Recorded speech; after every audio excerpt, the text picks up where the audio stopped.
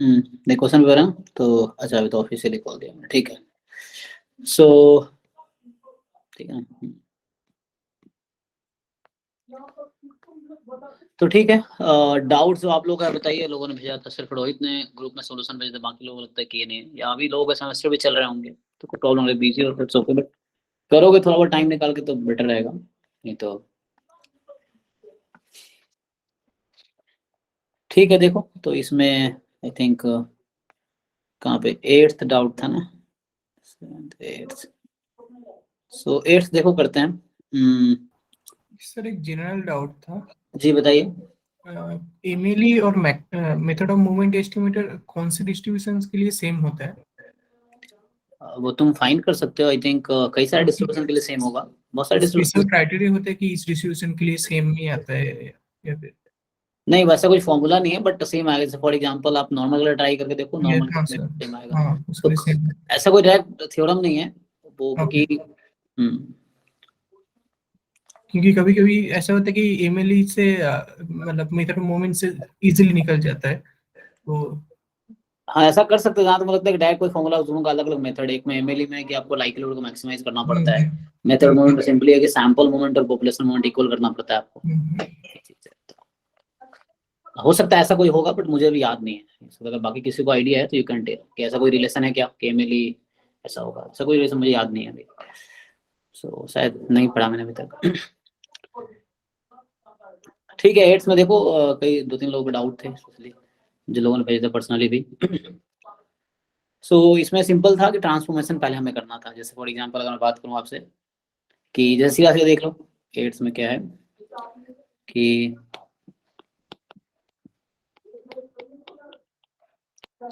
इसमें क्या है कि जैसे हमारे पास पीडीएफ जो है एक्स का वो इस तरह से है, 3 theta x square minus theta x cube x more than zero, zero otherwise. तो सबसे पहले आप अगर डायरेक्टली देखो, माइनस थीटा एक्स क्यूब है ना, एक्स मोर देन जीरो, ठीक है। और यहाँ बोला है सैंपल साइज 10 है आपका, तो सैंपल साइज 10 है। और हम्म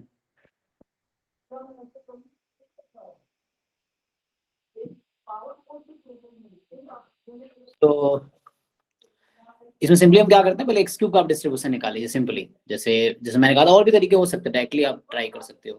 तो अभी मैं तत्काल ये कहना चाहता हूँ कि y बराबर एक्स क्यूब ले लो। देखो हम x cube actually this is increasing function बोल सकते हैं ऐसा, कब, इस सपोर्ट पे ऑन जीरो टू इन्फिनिटी, ठीक है ना। ये जीरो टू इन्फिनिटी इंक्रीजिंग होगा, ये ऐसा होता है ना, तो लाइक मोनोटोनिक है। सो डायरेक्टली हम अगर फॉर्मूला लगा ले कि f y of y is equal to, जो फॉर्मूला होता है f x of x d x upon d y का मॉड, ये ना।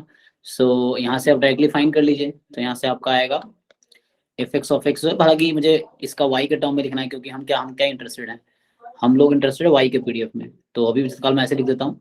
सो जस्ट ये क्वांटिटी लिख लो। सो क्या होगा, 3 थीटा एक्स स्क्वायर ई की power minus theta x cube, इसको वाई में कन्वर्ट करना होगा बिकॉज हम वाई का पीडीएफ चाहते हैं, बट डायरेक्टली मैं लिख रहा हूँ into d x upon d y. तो यहाँ से आप देखो, पहले आप d y upon d x निकाल लो, तो सिंपल है ना। D y upon d x कितना आपका 3 एक्स स्क्वायर। सो यहाँ से आप d x upon d y directly find कर सकते हो, तो हो जाएगा 1/3 एक्स स्क्वायर, ठीक है ना। तो यहाँ से रख दोगे तो 1/3 एक्स स्क्वायर, ये मॉड में है, चूंकि 3 एक्स स्क्वायर पॉजिटिव है तो ये कोई फर्क नहीं पड़ेगा। तो डायरेक्टली आप देख सकते हो सिंपली क्या बचा, थीटा ई की power minus theta x cube. हमें एक्चुअली वाई में चाहिए था, तो वाई की वैल्यू रख देते हैं, तो यहाँ से आ गया थीटा ई की पावर माइनस थीटा वाई, ठीक है ना। वाई मोर देन जीरो होगा क्योंकि एक्स मोर देन जीरो है, तो उस एक्स मोर देन जीरो के लिए वाई भी मोर देन जीरो होगा। सो लाइक हमने क्या फाइंड कर लिया, हमने एक्स क्यूब का डिस्ट्रीब्यूशन फाइंड कर लिया। इससे क्या हुआ कि वाई का जो पीडीएफ है, दिस इज डायरेक्टली आप देख पा रहे हैं डायरेक्टली ना, वाई का पीडीएफ जो है, सो वाई इज एक्सपोनेंशियल थीटा। अब एक्सपोनेंशियल थीटा का आप लोग ऑलरेडी आता है, नहीं तो मैं ड्राइव कर देता हूँ। तो इसके लिए क्या है, ड्राइव करने का प्रॉपर वे उससे करता हूँ। फॉर्मूला याद है, डायरेक्टली देख सकते हो, आप लास्ट क्लास में बताया भी था मैंने कि डायरेक्टली आप देख सकते हो कि एक समेशन एक्स क्यूब फॉर्म में आएगा। जरा कि आंसर बता दिया था आप लोगों ने, इसमें देख के बता दोगे। पहली बात तो समेशन एक्स का एक्स क्यूब बनेगा और यहाँ पे 2 टाइम्स होगा, तो ए ऑप्शन में ही वैसा है, 2 टाइम्स समेशन एक्स क्यूब है। कैसे आता है तो उसको पीछे की आप स्टोरी अगर जानना चाहो तो ये है कि मतलब हमारे पास sample actually x1 x2 x10 था, तो x1 x2 x10 है, तो उसके हिसाब से अब हमारा सैंपल होगा y1 y2 y10 and they are IID exponential theta.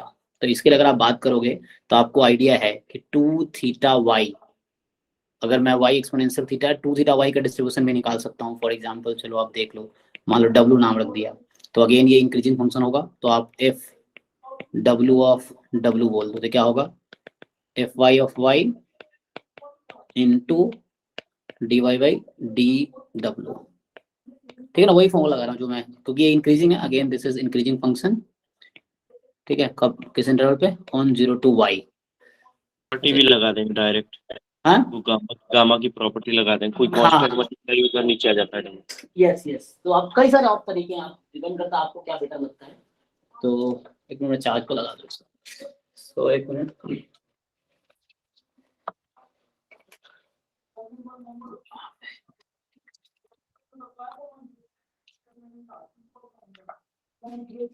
तो यहाँ पे क्या है कि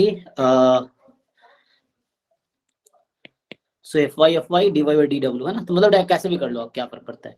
सो एफ वाई है थीटा ई की power minus theta y, and यहाँ से डी डब्ल्यू बाई डी वाई निकालोगे तो क्या आएगा 2 थीटा, तो डिवाइड डी डब्ल्यू 1/2 थीटा। तो यहाँ से क्या हुआ, अब आपके पास आ गया, कैंसिल कर लो। सो मुझे डब्ल्यू के टर्म में चाहिए, ठीक है। सो थीटा कैंसिल हो गया, 1/2 ई की पावर माइनस थीटा। अब यहाँ से वाई की वैल्यू निकाल लो, क्योंकि मुझे डब्ल्यू के टर्म में चाहिए, तो डब्ल्यू की वैल्यू क्या है 2 थीटा, मतलब वाई की वैल्यू w/2 थीटा। सो w/2 थीटा, तो यहाँ से फाइनली क्या होगा, थीटा थीटा कैंसिल, सो 1/2 ई की पावर माइनस, जो कि आप सिंपली देख पा रहे हो, this is exponential with mean 2, है ना, एक्सपोनेंशियल विथ मीन 2, जो कि कोइंसिडेंटली हाँ है ना। सो ये आपका काई स्क्वायर 2 भी है, तो ये एक्चुअली जो W का डिस्ट्रीब्यूशन है वो काई स्क्वायर 2 हो गया। तो इसी लॉजिक से क्या होता है कि हमने एक्चुअली W मैंने क्या लिया था 2 थीटा y।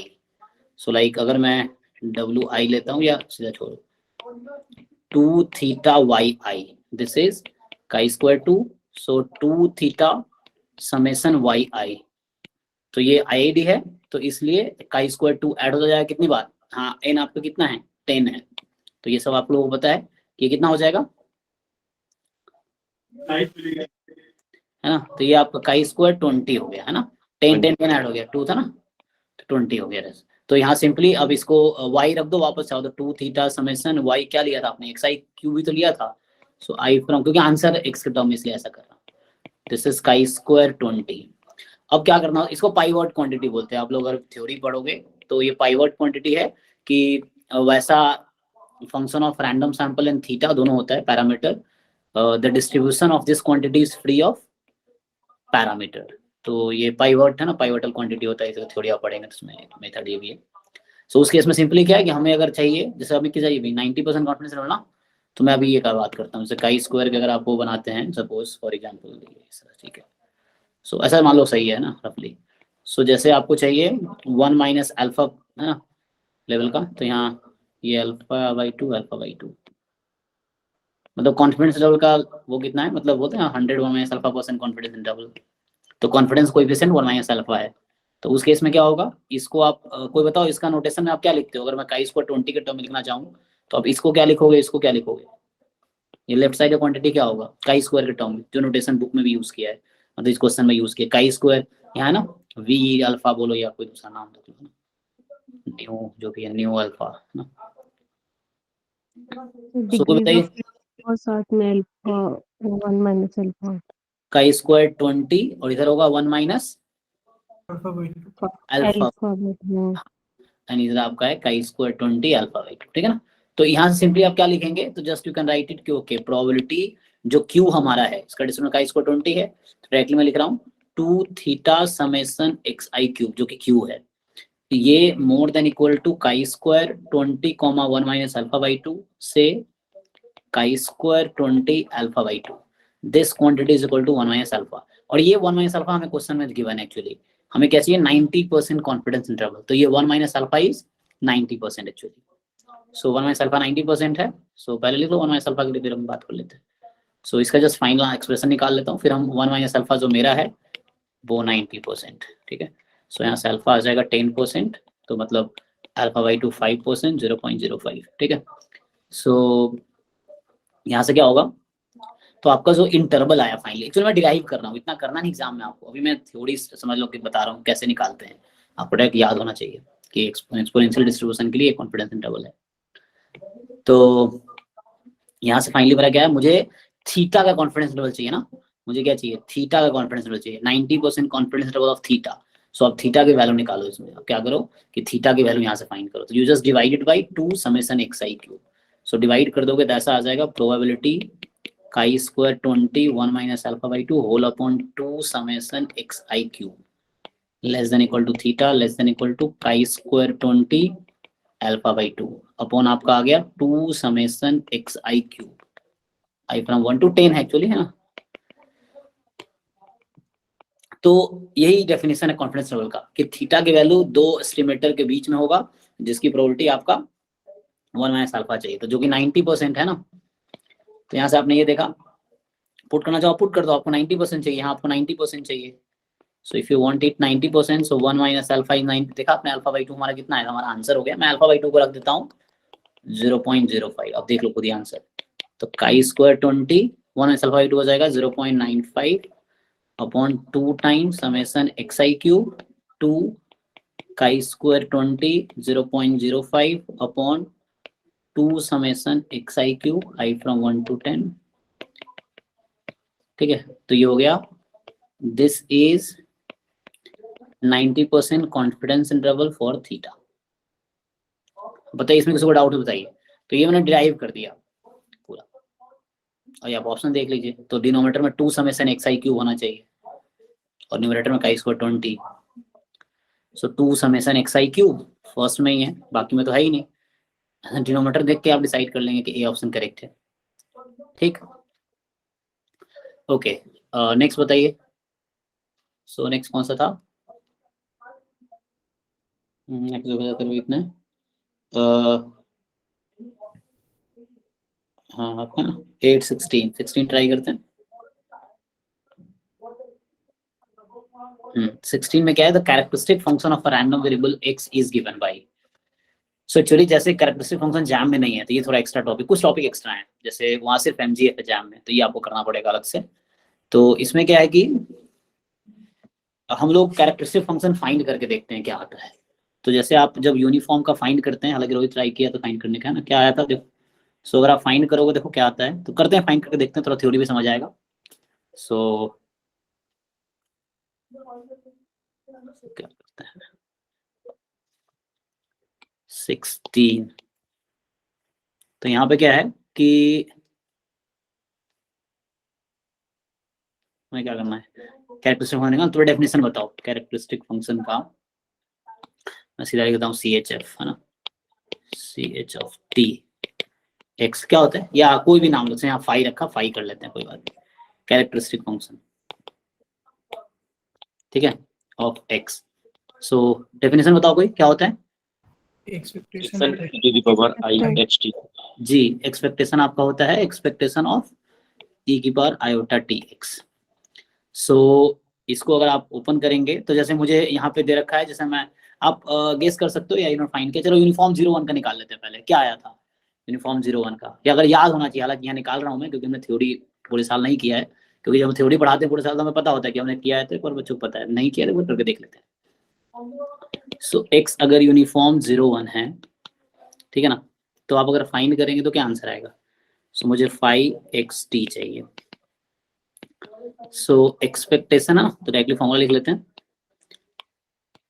e की पावर आयोटा tx, PDF तो 1 ही है, dx कहाँ से कहाँ तो होगा 0 से 1।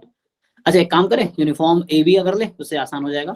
e to the power it -1 upon c। हाँ चलिए, उससे बेटर हम यूनिफॉर्म ए बी का कर लेते हैं, तो उससे थोड़ा सा वो हो जाएगा ना।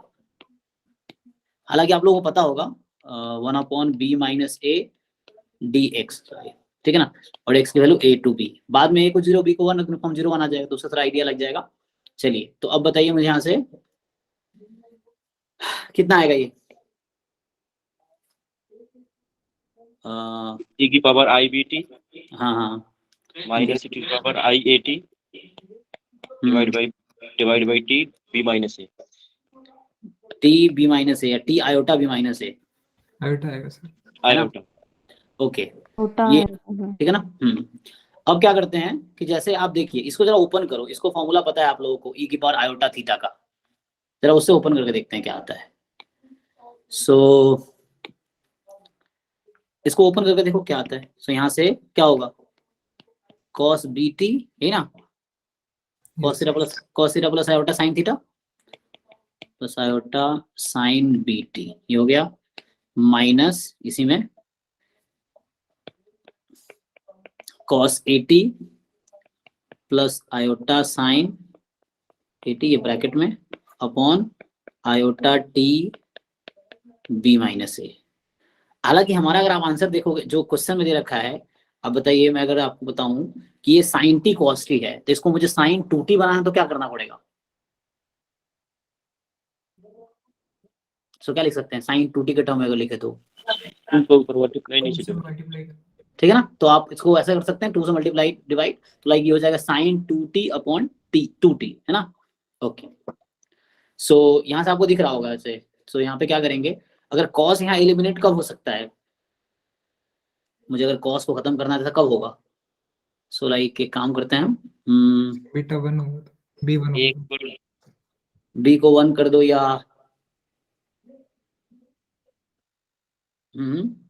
तो उससे क्या होगा, हाँ क्योंकि ये है ना उससे थोड़ा सिंप्लीफाई करना पड़ेगा। जैसे यूनिफॉर्म 0 1 था तो उसमें क्या आ रहा था, साइन टी आ रहा था ना, साइन टी अपॉन टी आ रहा था शायद यूनिफॉर्म 0 1 का, जैसे आप कर रहे थे जैसे यूनिफॉर्म Yes, 0 1 का। हाँ सो यूनिफॉर्म 0 1 का अगर फाइंड जैसे हम कर रहे हैं ना शुरू में 0 1 का, मान लो ऐसे ही था कि चलो तुम ए को 0 बी को 1 रख के देखो क्या आता है, उसके बाद फिर हम बाकी एनालाइज करते हैं, करके देखते हैं उससे क्या आता है। तो आप यू ए को 0 रखो, बी को 1 रख दो, तो देखो क्या आएगा, ये हो गया कॉस टी है ना plus iota sine b t, मतलब टी माइनस कॉस 0 कितना 1 साइन 0 0, ये हो गया। चेक करो एक बारी। सर यूनिफॉर्म -1 to 1 का आया था। अच्छा यूनिफॉर्म -1 निकाला था आपने, यस सर। क्योंकि हमें इसको एलिमिनेट भी तो करना है ना। सो क्योंकि कॉस को हटाना है मुझे, तो कॉस को हटाएंगे तो -1 1 ना।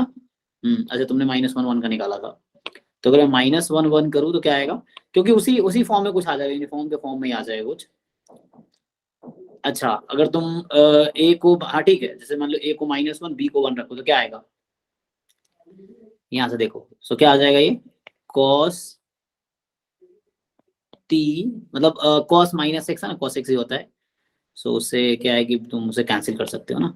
so क्या हो गया cos t plus iota sign t, ठीक है ना, माइनस cos, क्योंकि आप माइनस t लिखोगे माइनस t तो बात वही है, cos t हो जाता है cos, अब होता है cos minus theta, cos theta same रहता है, तो प्लस आयोटा साइन और क्या होगा माइनस टी, तो साइन माइनस टी कितना हो जाता है माइनस साइन टी माइनस। है ना। सो इस तरह से है। अब अपॉन में आपका कितना हो गया यहाँ 2t 2 आयोटा टी मतलब आयोटा, ठीक है यहाँ तक। अब इसको करके देखते हैं क्या आता है। सो इसको आप जब सिंप्लीफाई करेंगे तो ये कैंसिल हो गया, तो कितना हो गया 2i sign T upon 2t, check कीजिए आई भी है ना। सो अच्छा आई यहाँ भी है, दोनों तरफ आई है ऊपर नीचे, तो कैंसिल हो गया, तो ये फाइनली बचा साइन टी अपॉन टी। अब आपसे ये पूछना है कि ये साइन 2t अपॉन 2t कब बनेगा, यार बी को सर -2 और 2 रख दे तो बन जाएगा ना, है ना। हाँ राइट, अब डायरेक्टली फॉर्मूला भी डिराइव कर सकते हैं ना हम लोग। जैसे अगर फाई ऑफ 2x फाइंड करें तो क्या होगा, मतलब इन जनरल फॉर्मूला अगर डिराइव करें तो सीटी हो जाएगी टी की जगह और क्या। हाँ है ना। तो यहाँ से आपका आ जाएगा एक्सपेक्टेशन e की पावर आयोटा t 2x इस तरह से। तो इसको आप और थोड़ा लिखेंगे तो ये हो जाएगा, अब t की जगह 2t हो गया, तो इसको आप लिख सकते हैं 5x 2t, ऐसा लिख सकते हैं, ठीक है ना, कोई प्रॉब्लम नहीं है। सो बस ये बताने को, जैसे एमजीएफ में सेम प्रॉपर्टी होती है ना, एमजीएफ में भी आप लोग जानते हैं कि दिस है ना, इसको आप लिख सकते हैं mx 2t, ऐसे लिखते हैं ना हम लोग, सेम लॉजिक है। सो इससे क्या होगा कि आप ये भी सही से मान लो ये देखा हमने कि ओके, तो हमने ये देखा कि यूनिफॉर्म -1 के लिए फाई टी हमारा आया साइन टी अपॉन टी। सो जैसे आप सजेस्ट कर रहे हैं है ना, -2 है तो फाई एक्स टी आपका कितना आ जाएगा इस लॉजिक से, या यूं आप कह दो कि फाई 2x बोल देता हूं मैं, फाई 2xt निकाल ले रहे हैं हम क्योंकि मुझे फाई एक्स टी पता है, फाई 2xt बाई लॉजिक, तो ये हो जाएगा है ना, ये चीज इसके इक्वल है और हमने फाई है ना xt निकाला है, तो उसी से क्या हो जाएगा कि साइन 2t अपॉन 2t। ये सही है ना, यहाँ तो कोई दिक्कत नहीं है ये लाइफ लाइन में, ठीक है। सो मतलब यहाँ पे क्या करना है, देखो अब यहाँ से, तो यहाँ अब x का डिस्ट्रीब्यूशन जब यूनिफॉर्म -1 है तो 2x का डिस्ट्रीब्यूशन क्या होगा,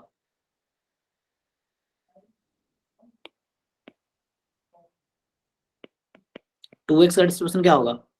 यूनिफॉर्म में तो प्रॉब्लम नहीं होता ना, डायरेक्टली स्केल और तुम ट्रांसफॉर्म कर सकते हो, मतलब लोकेशन स्केल डायरेक्टली तुम शिफ्ट कर सकते हो यूनिफॉर्म है, तो क्या होगा 2x का डिस्ट्रीब्यूशन, कोई बताओ। -2 और 2 सर, ठीक है ना, जैसे आपने बताया पहले ना, सो -2 and 2। अब बताओ जब मुझे पता चल गया कि मुझे जो mgf गिवन है वो किसका है, मैं y बोल देता हूँ फॉर एग्जांपल, तो यूनिफॉर्म -2, 2 का है, जो भी मुझे कैरेक्टरिस्टिक फंक्शन यहाँ दिया है x ही बोल दो अभी क्वेश्चन में जो x है। सो नाउ जो x मेरा है क्वेश्चन में, तो अब हम 16 क्वेश्चन पे आ जाते हैं कि जो जो मुझे फाई एक्स टी दे रखा है इन्होंने साइन 2t अपॉन 2t है ना, दिस t जब नॉन जीरो है और 1 है जब t 0 है, so this is nothing but है ना। तो यहाँ से मुझे पता चल गया कि ये ऊपर डिराइव कर रहे थे हम, यहाँ से मुझे पता चल गया कि -2 and 2 के लिए ये आंसर आएगा। तो अब बाकी चीजें मुश्किल नहीं है ना, अब तो हो गया। तो यहाँ क्या करना है, probability mod x less than equal to 3/2, so probability mod x less than equal to 3/2। So यहाँ से अब जस्ट ये हो गया प्रोबेबिलिटी x की वैल्यू -3/2 से +3/2 में है, सो ये ना। सो बस अब क्या करना है, अब आपको पता है या तो CDF लगा लो या डायरेक्टली इंटीग्रेट कर लो, -3/2 से +3/2 में 1/4 dx, ठीक है ना, क्योंकि ये इसका PDF जो होगा आपको पता है, यू ऑलरेडी नो कि 1/4 है आपका जब x इस इंटरवल में है ना, -2 2 के बीच। तो ठीक है, याद गया ना 3/2 कितना आ गया 3/4, ठीक है। सो ठीक है, ये तो मैंने आपको ये पहचानना पड़ेगा हमें कि ये mgf या कैरेक्टरिस्टिक फंक्शन किस रैंडम वेरिएबल का है, तो उससे फिर हो गया। ओके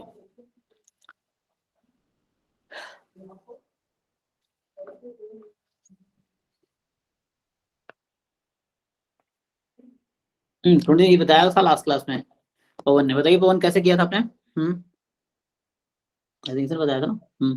23 हाँ 23 में x2 minus x1 minus x2 is a ancillary statistics and x1 is a complete statistics.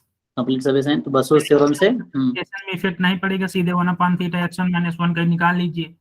तो आपने बताया था कि अगर यहाँ पर वो x1 minus 1/θ तो एक्सपोनेंशियल में ही चला जाएगा।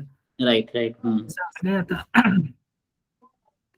ठीक है, हमने ये आसपास ऐसे किया था, मतलब रफली किया था। प्रॉपर्टी और फिर से बता दो एंसिलरी स्टैटिस्टिक्स वाले।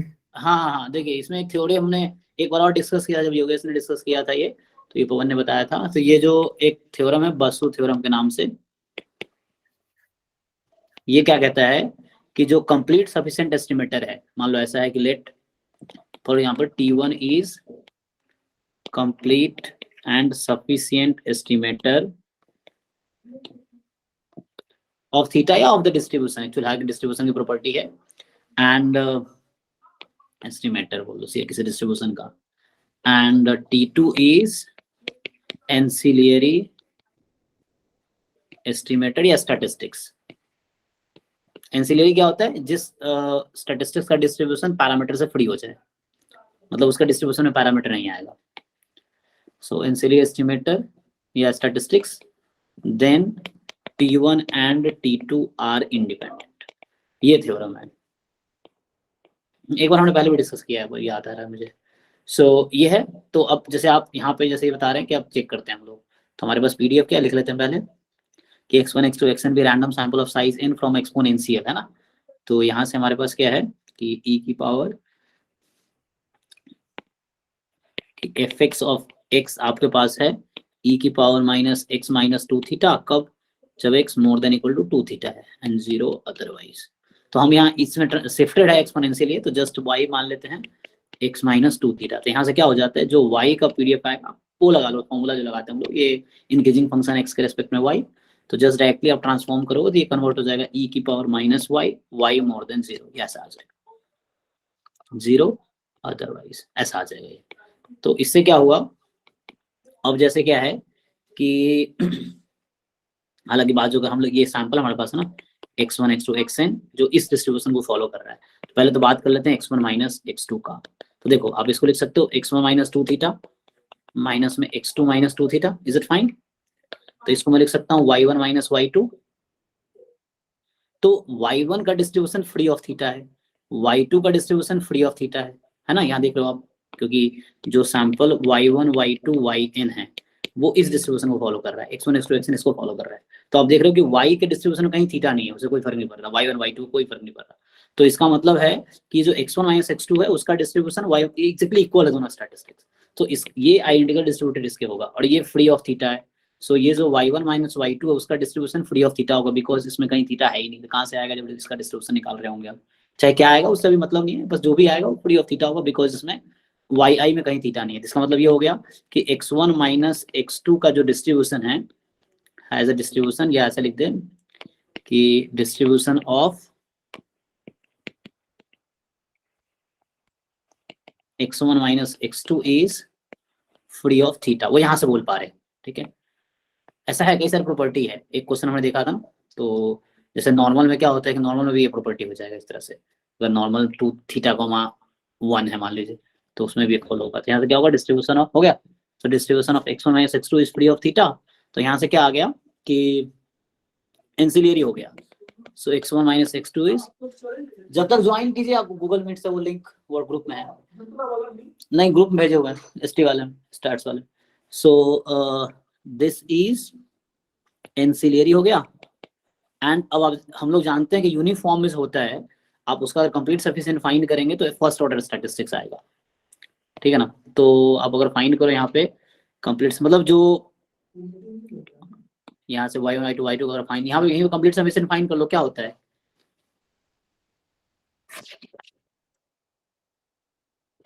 सो जो एक्सपोनेंशियल है केस में आप एक मिनट पहले यहाँ से देख लेते क्या क्वेश्चन है। ये शिफ्टेड एक्सपोनेंशियल है ना, हाँ लोकेशन में चेंज है ना, तो भी तो एंसिलियरी x1 माइनस x2, तो ये इसमें मिनिमम होगा ना। तो चेक कर लेते हैं यहाँ पे क्या है, x 2 थीटा क्या है, less than equal to x1 है ना, तो 2 theta is less than equal to x size. तो जो हाँ ठीक है, जैसे आप हम लोग कैसे करते हैं कि आप देखो फैक्टराइजेशन थ्योरम लगा लो, इजीली सफिशिएंट आपको दिख जाएगा। तो यहाँ पे क्या है एक्चुअली जो पीडीएफ आपके पास है, ठीक है आप सही है, यहाँ से देखो 2 थीटा जो होगा, 2 theta is less than equal to each x i, so 2 theta for all i जो भी 1 से n तक है। तो इसका कॉमन सॉल्यूशन आप निकालेंगे तो क्या आएगा, फर्स्ट ऑर्डर स्टैटिस्टिक्स ना, minimum of all x i's, so theta is less than equal to x1/2। ये हालांकि दूसरे अक्षर में लिख लो, तो यहाँ से सिंपली प्रूफ किया जा सकता है कि दिस इज सफिशिएंट ना, मतलब फैक्टराइजेशन थ्योरम डायरेक्टली प्रूफ कर सकते हो आप, दिस सफिशिएंट। एंड ठीक है ना, उससे फिर आप कंप्लीट भी डेफिनेशन से प्रूफ करना पड़ेगा। हालांकि मैं डायरेक्टली बोल देता हूँ कि T1 मेरे पास सपोज ये है और T2 ये है, तो ये क्या होगा, दिस इज यहाँ पे तो हमें तो इंडिपेंडेंट पहले दिखाना ना, तब इसको प्रूफ करना, कंप्लीटनेस प्रूफ करना तो डेफिनेशन जाना पड़ेगा फिर, ठीक ना। और क्या तरीका है कंप्लीटनेस के लिए, अगर मुझे दिखाना है तो सर एक्सपोनेंशियल फैमिली वाला फॉर्मूला, हाँ उससे जैसे एक्सपोनेंशियल नहीं लग सकती क्योंकि वहां पर रेंज डिपेंड पैरामीटर है। यस, जो एक्सपोनेंशियल फैमिली उसका रेस्ट्रिक्शन ये है कि रेंज डिपेंड्स ऑन पैरामीटर, तो उसके से प्रॉब्लम होगा। तो देखो कोई प्रॉब्लम नहीं, आप y1 y2 yn के लिए यहाँ से, अच्छा उसमें नहीं कर सकते ना, यहाँ से करना पड़ेगा। तो एनीवे इसको प्रूफ करना पड़ेगा उस मेथड से, डेफिनेशन से पढ़ना पड़ेगा। तो ये अभी तत्काल में लिख देता हूँ कि कंप्लीट एंड सफिशिएंट होगा। अब इसको प्रूफ करने के लिए डेफिनेशन पे जाना पड़ेगा आपको। यह एक काम कर सकते हैं हम लोग, इसको ट्रांसफॉर्म कर सकते हैं, सो इस क्वेश्चन कंप्लीट करे करते हैं।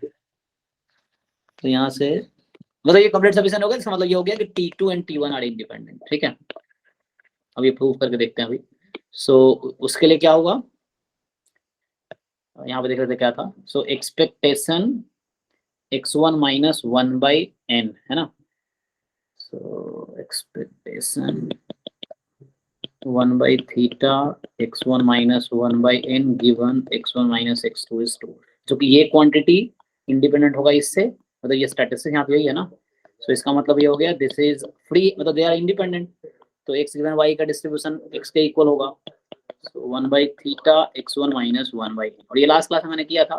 तो आप यहाँ से क्या कीजिए कि इसका पीडीएफ कैसे निकाल रहे थे हम लोग, तो इसको 2 थीटा सब्ट्रैक्ट कर लो, है ना। लाइक एक्सपेक्टेशन 1/थीटा, देखो लास्ट क्लास में किया था ना इसको, मैंने क्या किया था। सो हमने ट्रांसफॉर्म किया होगा, चेक करो। तो इसमें क्या है कि माइनस 1/n,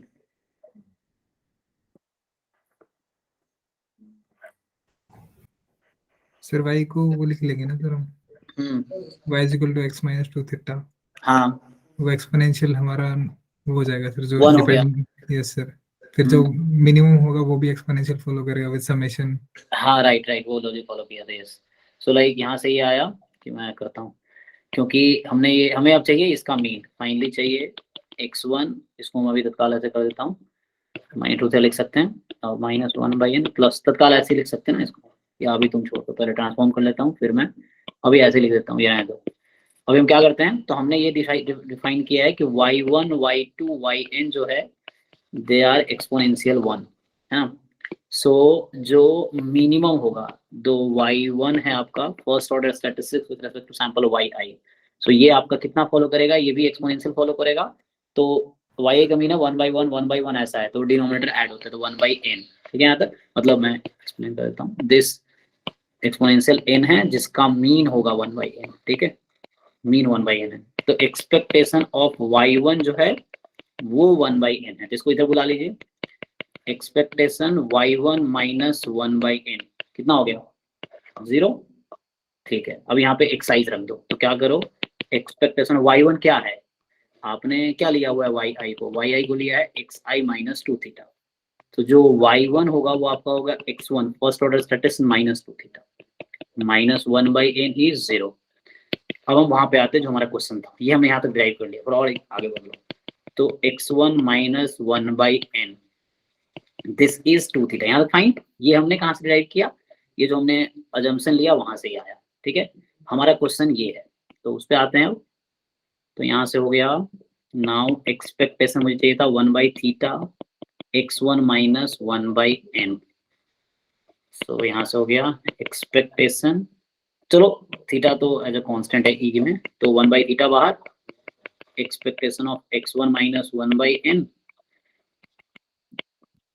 1/थीटा, और ये आपको कितना आ गया, 2 थीटा ना, तो 2 थीटा, तो ये आपका फाइनली 2 आ गया। ठीक है, सो इसको तत्काल मैं वो करता हूँ ना, रिकॉर्डिंग हो जाएगा। ठीक है, अभी उधर कंटिन्यू करते हैं दिस वर्ड। तो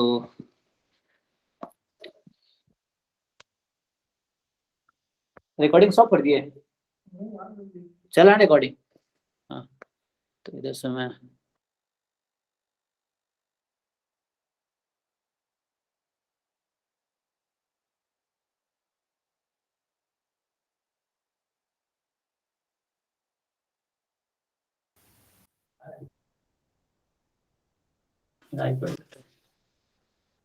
आईपैड में दे दे, मैं ऑडिबल हूँ इसमें। Yes yes sir. बच्चा बच्चा कहाँ बोल रहा है, अरे कोई बोलो भाई। हाँ Audible. Sir, yes sir. Yes sir. हाँ आवाज हुआ ना, हाँ ओके ओके, तो दिख रहा है। अच्छा इधर लिखने का है, हाँ सर। चलिए हम खाना बनाए, वो अपना पेन दीजिए इसको। चलो यहाँ कंटिन्यू करते हैं आगे। सो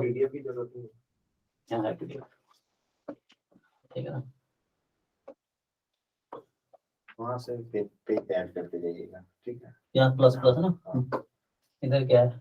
वो अच्छा हाँ, बस वो बस नेक्स्ट नेक्स्ट करते जाइएगा। ओके, तो नेक्स्ट कौन सा था? सर ये कंप्लीट तो बता कैसे, मतलब थोड़ा कंप्लीट जब तो नहीं प्रूव करना समझ पड़ेगा आया। ना इसको। अच्छा, आप कंप्लीटनेस प्रूव करते हैं। सो यहाँ पे क्वेश्चन था, ये दिख रहा होगा, ठीक है, मैं कलर चेंज कर लेंगे, व्हाइट कर सकते हैं। सो ठीक है ना, इसमें क्या था हमारे पास, fx जो है e की power minus x minus 2 theta है ना, x आपका है more than equal to 2 theta.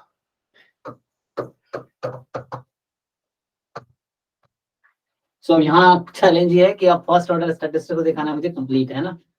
Okay, sufficient तो दिखाना आसान है ना, सफिशिएंट आप लोग समझ गए होंगे, मैंने ही लिया था। तो ये है सफिशिएंट कैसे, अगर यहाँ पे आप वो करो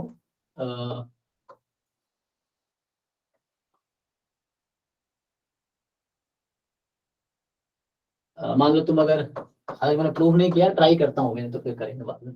सो लाइक्लीहुड फंक्शन क्या होगा यहाँ पे, product i from 1 to n, और यहाँ हो जाएगा indicator function over 2 theta less than equal to, नहीं तो हाँ less than equal to x i, यही ना। ठीक है जी, ये देख लो एक बारी। तो इसको तुम अगर सिंप्लीफाई करोगे तो और क्या आएगा, e की पावर माइनस समेशन एक्स आई और माइनस 2n थीटा, इसको लगा लो, e की पावर, चेक करो एक बार, कैलकुलेशन चेक करना जी, मैं क्या बोल रहा हूँ, माइनस माइनस प्लस हो जाएगा तो 2n थीटा हो जाएगा। समेशन ऊपर आ गया तो इसका समेशन लिख दिया और इसका समेशन अलग कर दिया, 2 थीटा ऐड होता रहेगा n टाइम, तो 2n थीटा हो गया। और इनटू ये क्या है, इसको सिंप्लीफाई करो, 2 theta less than each x i है, तो डायरेक्टली मैं लिख देता हूँ, ये हो जाएगा ईच एक्स आई है तो ये x1 हो जाएगा। ठीक है, ये सिंपल है कि 2 theta less than equal to each x i है फॉर ऑल आई, तो 2 थीटा मिनिमम से लेस होगा, ये सिंपल आप लोग जानते हो, हालांकि ये if and only if property होती है।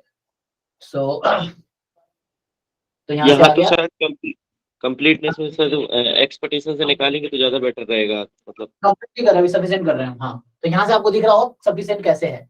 सफिशिएंट में आप लोग क्या करते हो, मैं फैक्टराइजेशन थ्योरम लगा रहा हूँ, है ना, तो आप लोगों को पता है फैक्टराइजेशन थ्योरम क्या होता है कि h ऑफ x, सो इसमें ये x मैं नीचे लाइन लगा रहा हूँ, इसका मतलब वेक्टर x है, x1 x2 xn का फंक्शन है, और दूसरा आप लोग करते हैं g थीटा t, जिसका मतलब है इसमें कहीं ना कहीं थीटा होगा, है ना, इसका मतलब ये होता है, और ये थीटा से फ्री होगा, इसमें सिर्फ xi होगा, और g में क्या होता है कि xi will be available in g only through t, तो मतलब देख पा रहे हो वहां पे कि ये जो फंक्शन है ये आपका इसके इक्वल है, चलो इसको भी इंक्लूड कर लो, हालांकि थीटा यहाँ भी है तो इसको भी इंक्लूड कर लो, तो ये आपका ये वाला फंक्शन हो गया, और ये जो है आपका ये हो गया। तो यहाँ से आप देखिए टी क्या दिख रहा है आपको, इजीली दिख रहा होगा इसमें टी क्या है,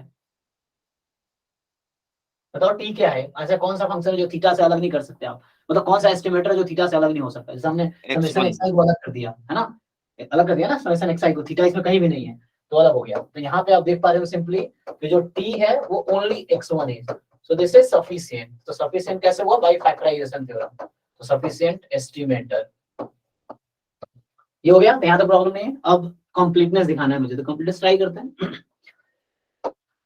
तो अब क्या करते हैं, कंप्लीटनेस के लिए क्या करेंगे आप, तो पहले तो मुझे बताइए इसका डिस्ट्रीब्यूशन क्या है। इसका डिस्ट्रीब्यूशन निकालने से पहले हम एक काम करते हैं, हमने डिस्ट्रीब्यूशन निकाला है इसका, किसका, x1 माइनस 2 थीटा का निकाल रखा ना आपने, ये हमने निकाल रखा है, ये क्या है, मतलब चलो इसको मैं t1 इसको तत्काल क्या ले लो t3 लेता हूँ, t2 मैंने उसको लिया था, या अभी के लिए चलो t1 t2 का रखते हैं, बस कंफ्यूज नहीं हो नोटेशन में, है ना, ये कुछ और नाम मैं ले सकता हूँ, फिर अगर वैसे प्रॉब्लम हो तुम्हें तो मैं नाम कुछ और रख लेता हूँ, फॉर एग्जाम्पल w1 w2, चलो सो w1 क्या होगा, हाँ तो इसको भी तुम w1 डाल दो, कोई दिक्कत नहीं है।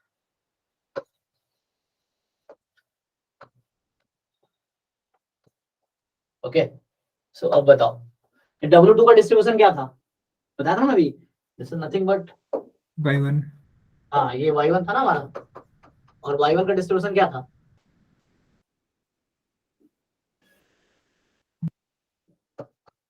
एक्सपोनेंशियल है नहीं। ना, जिसका मीन था 1/n। चेक करो। ओके, अब मुझे क्या दिखाना है कि ये कंप्लीट है, तो इसके लिए क्या करोगे आप, क्या होता है कंप्लीटनेस की प्रॉपर्टी,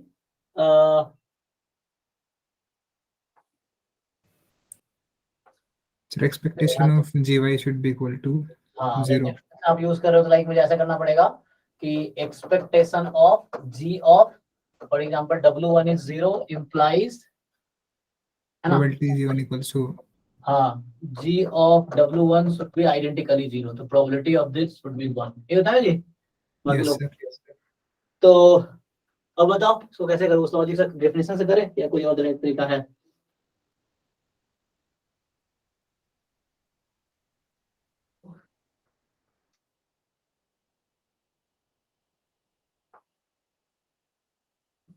Definition से हो जाएगा सर सीधे, हाँ definition से भी हो जाएगा। हाँ, बताओ आगे क्या करें। तो आगे मैं कर सकता हूँ कि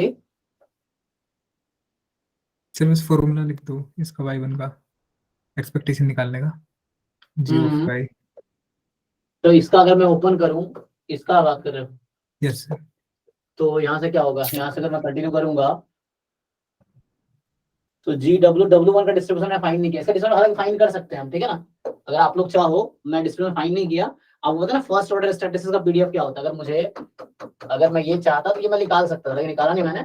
यहाँ से आप ये निकाल सकते हो ना, क्या होता है n टाइम 1 माइनस CDF की पावर n-1 इन PDF। चेक कर लो एक बारी, ठीक है, फर्स्ट ऑर्डर स्टैटिस्टिक्स का पीडीएफ चेक करो भाई।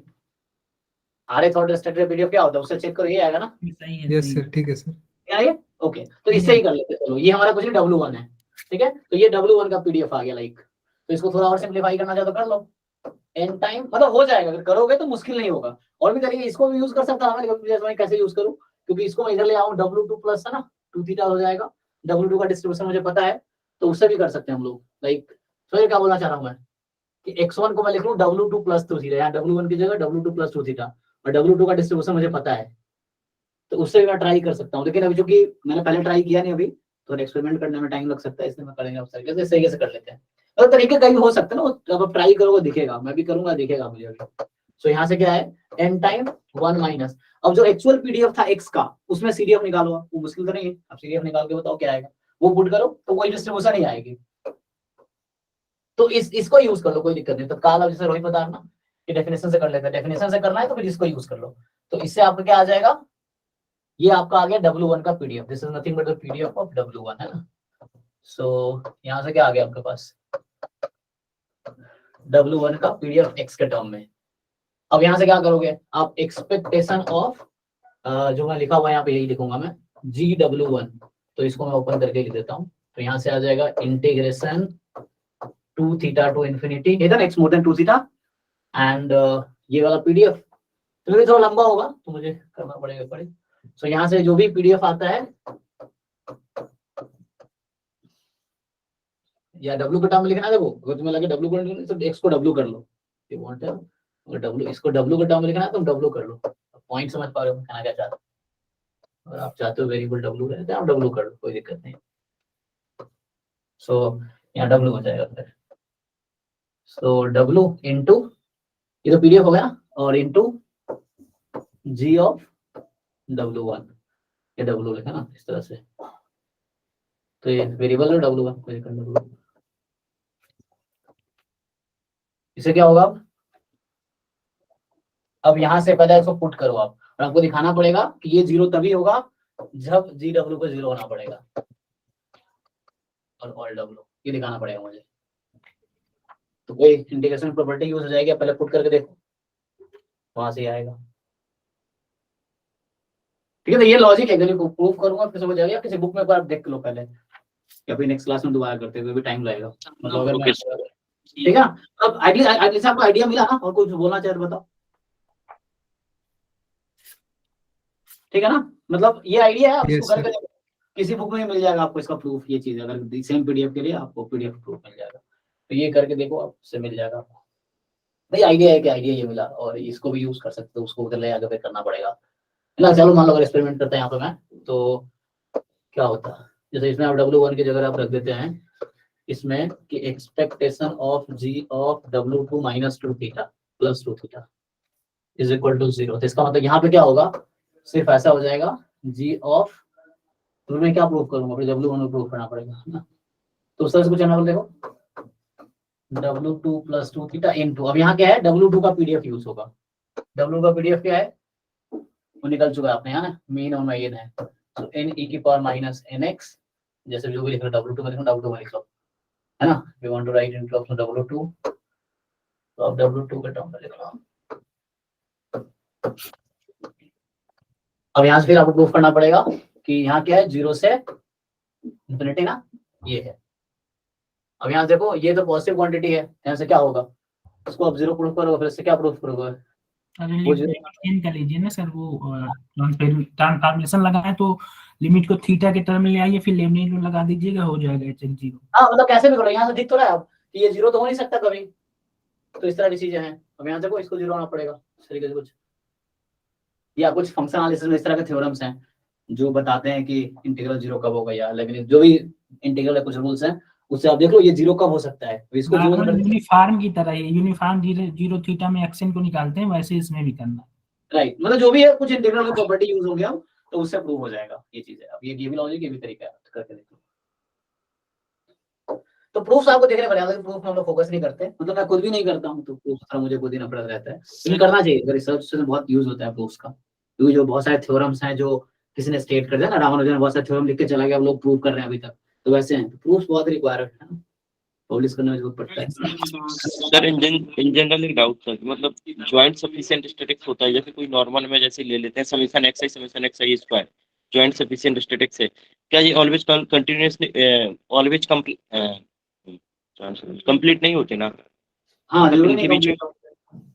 हाँ जैसे एक क्वेश्चन है रोहित में एग्जांपल है, आई थिंक नॉर्मल थीटा और थीटा स्क्वायर के लिए आप फाइंड करेंगे, जब सिंपली आप लाइक्लीहुड फंक्शन लिख लो, तो जब आप लाइक्लीहुड फंक्शन लिखोगे ना, जैसे मान लो मैं अगर लिख के दिखाऊं i from 1 to n 1/√2 पाई, हालांकि ये क्वेश्चन यहाँ भी है, यहाँ बस 2 थीटा स्क्वायर है, गेट इस साल में 22 में है ना क्वेश्चन ये। Yes sir. Exponential curve family, exponential family ही नहीं है ना, इसीलिए इसमें कंप्लीटनेस में प्रॉब्लम आती है। अगर एक्सपोनेंशियल में जाएंगे तो एक्सपोनेंशियल कर्व फैमिली आएगी, इसका जो पैरामीटर होगा उसमें नेचुरल पैरामीटर की स्पेस और उस स्पेस में डिफरेंट आता है, तो हाँ दे देता है डायमेंशन में, ऐसा करो आप।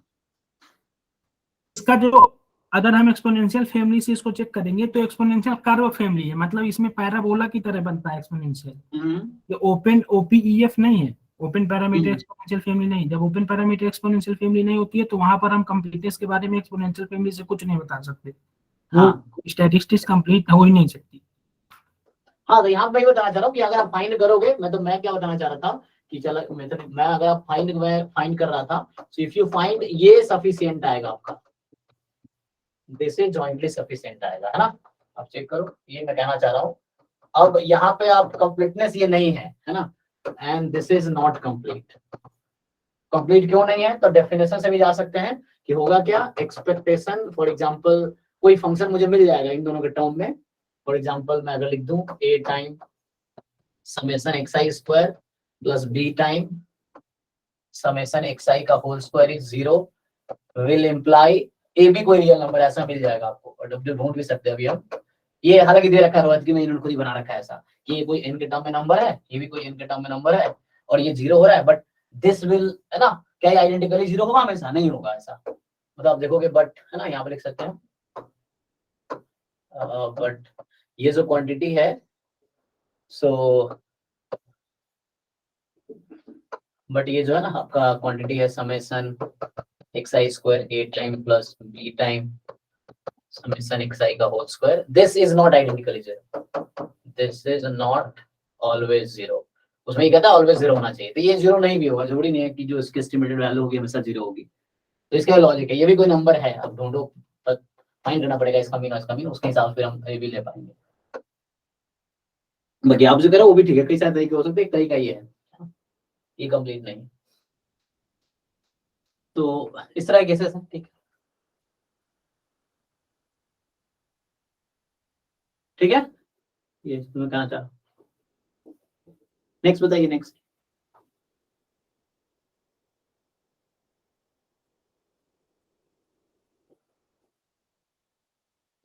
नेक्स्ट कौन सा था? 32 था।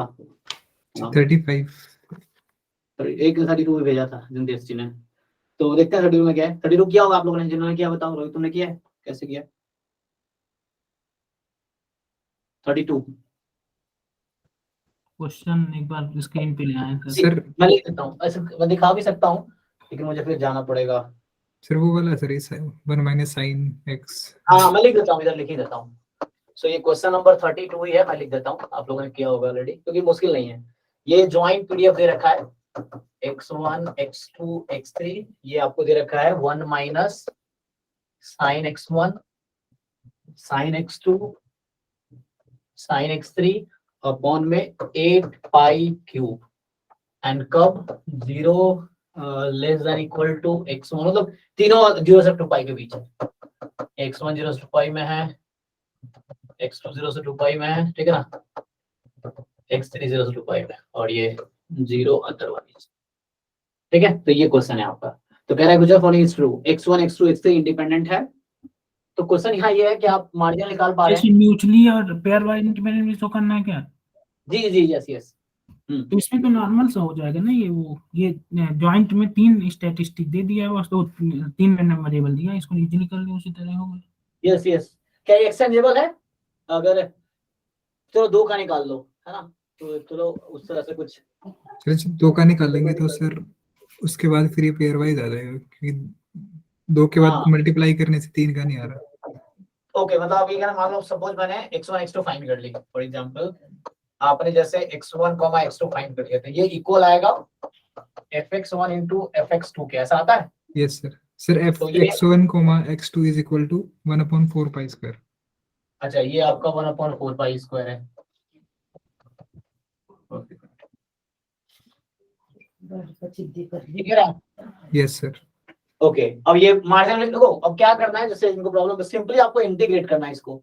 जैसे मुझे ये वाला चीज चाहिए, तो मैं इसको x3 के रेस्पेक्ट में 0 से 2 पाई में इंटीग्रेट कर दूंगा, जो कि मुश्किल नहीं है, क्योंकि जो बाकी आप कांस्टेंट मान के चलो, सिर्फ x3 वाले टर्म को इंटीग्रेट करो तो हो जाएगा। सिमिलरली मतलब पेयर वाइज हो जाएगा, कहने का मतलब आपका ये होगा, अभी कहा जाए, क्योंकि ये फॉलो करेगा और ये भी सेम ही आएगा, सेम आता है ना? यस ये भी सर। सेम है, f of x1, x3। अब ये क्वांटिटी कैसे निकाला था? इजी है, इसमें सिंपल इस क्वांटिटी को आपको इंटीग्रेट करना है x3 के रिस्पेक्ट में 0 से 2 पाई में। तो ये आपका x1 x3 f of x1 into f of x3, ये 1/4 पाई स्क्वायर होगा, है ना, इस तरह से। और फिर बट यहाँ पे ये हो रहा होगा, दिस इक्वल नहीं होगा इसके, आप ये चेक कर सकते हैं। ठीक है, तो ये 3 कंडीशन जो है ये रिक्वायर्ड है पेयर वाइज इंडिपेंडेंट के लिए, है ना। पेयर वाइज इंडिपेंडेंट के लिए इतना ही चाहिए, लेकिन अगर म्यूचुअली इंडिपेंडेंट करना है तो मुझे ये चारों कंडीशन चाहिए म्यूचुअली इंडिपेंडेंट के लिए। या सिर्फ इंडिपेंडेंट जो वर्ड लिखा होता है उसका मीनिंग वही है ना, म्यूचुअली इंडिपेंडेंट। तो अगर म्यूचुअली इंडिपेंडेंट चेक करना है तो ये चारों कंडीशन, ये होल्ड नहीं कर रहा है, इसका मतलब ये है कि this is not mutually independent but it is pair wise independent. ठीक है, तो ये हो रहा है।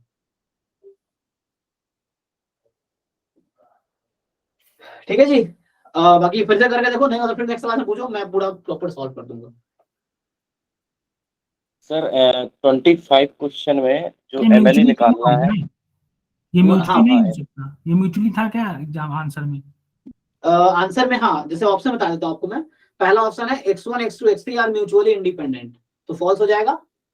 जो ए ऑप्शन आपको म्यूचुअली कह रहा नहीं है, हो सकता, 1/2 पाई आएगा, मल्टीप्लाई 1/8 पाई आएगा, वो माइनस हो। दो क्वेश्चन इजी है ये तो। मतलब ठीक हाँ, है, हो गया, सही बात कर रहे हो। हो गया। एक्चुअली में एक्सचेंजेबल रैंडम वेरिएबल दिया है वो, सही है। हाँ, एक्सचेंज करने से फर्क नहीं पड़ेगा, तो उससे आप उससे भी थोड़ा बहुत आइडिया लगा सकते हैं। एक्सचेंजेबल आइडेंटिकली डिस्ट्रीब्यूटेड होता है, इंडिपेंडेंट गारंटी देता है। हाँ, सो ए जैसे बी ऑप्शन था कि बी जो ऑप्शन इसमें कह रहा था कि x1 x2 x3 pair wise है, तो ये सही कह रहा है। पेयर वाइज है, हाँ। हाँ, जैसे तो सी कह रहा था सही आएगा, वो सही है। x1 x2 जो है वो x3 के साथ इंडिपेंडेंट है, तो सी होगा क्या? नहीं होगा ना, क्योंकि फेल हो गया ना, कि इसका मतलब x1 x2 का ज्वाइंट इनटू x3 बराबर प्रोडक्ट होना चाहिए। ऐसा हो रहा है रोहित, आपने किया होगा, थर्ड हो रहा है। अगर x1 x2 दोनों का तो 1/4 पाई स्क्वायर आएगा, उसका 1/4 पाई 1/8 पाई क्यूब आ जाएगा। और और तीनों का अगर ये करेंगे लास्ट वाली, इसमें प्रॉपर्टी नहीं होल्ड होगी, नहीं होगी ना। हाँ वही x1 ये नहीं हो सकता किसी भी उसमें। राइट। और चौथा ऑप्शन बोला variance of x1 plus x2, जो डी ऑप्शन है वो कह रहा है कि x1 प्लस x2 का वेरिएंस पाई स्क्वायर आता है, x1 प्लस x2 का। तो आप लोग वो निकाल चुके हैं, चौथा ऑप्शन जो है वेरिएंस अगर पाई स्क्वायर आता है यानी कि 2 पाई का whole square upon 12 4 pi square 4 से 4 तो पाई स्क्वायर आ रहा है, सही है। यूनिफॉर्म 0 से 2 पाई में यूनिफॉर्म है नहीं। देखिए एक मिनट, 1/2 पाई आएगा fx1 fx2 fx3, 0 से 2 पाई में यूनिफॉर्म जा रहा है सारा, तो b माइनस a का होल स्क्वायर अपन 12 करके निकाल लो, आ जाएगा। हाँ तो ये ऐसा डी देखो क्या पाई स्क्वायर आएगा। हाँ वेरिएंस पाई स्क्वायर ही आएगा। तो ये दो ऑप्शन करेक्ट हो जाएंगे फिर तो यहाँ पे। अगर डी आप कह रहे हो सही, तो मैं चेक करता हूँ आंसर क्या है। क्या है 32 b माइनस a 2 पाई का होल स्क्वायर 4 पाई स्क्वायर 32 में से बी ऑप्शन है, तो इसका मतलब नहीं आएगा। थोड़ा आप कैलकुलेशन मिस्टेक कर रहे होंगे, आप चेक कीजिए, क्योंकि सिर्फ बी है। तो ये पाई स्क्वायर आप शायद रफली कर रहे हैं इसलिए एस्टिमेटेड लग रहा है। आप लिख के कीजिए, शायद नहीं आएगा पाई स्क्वायर, कुछ और आएगा।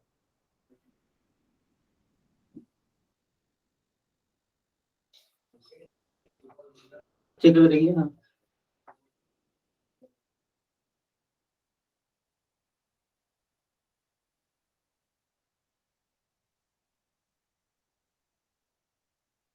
ठीक है ना, यहाँ से क्या होगा, b माइनस ए होल स्क्वायर अपॉन 12।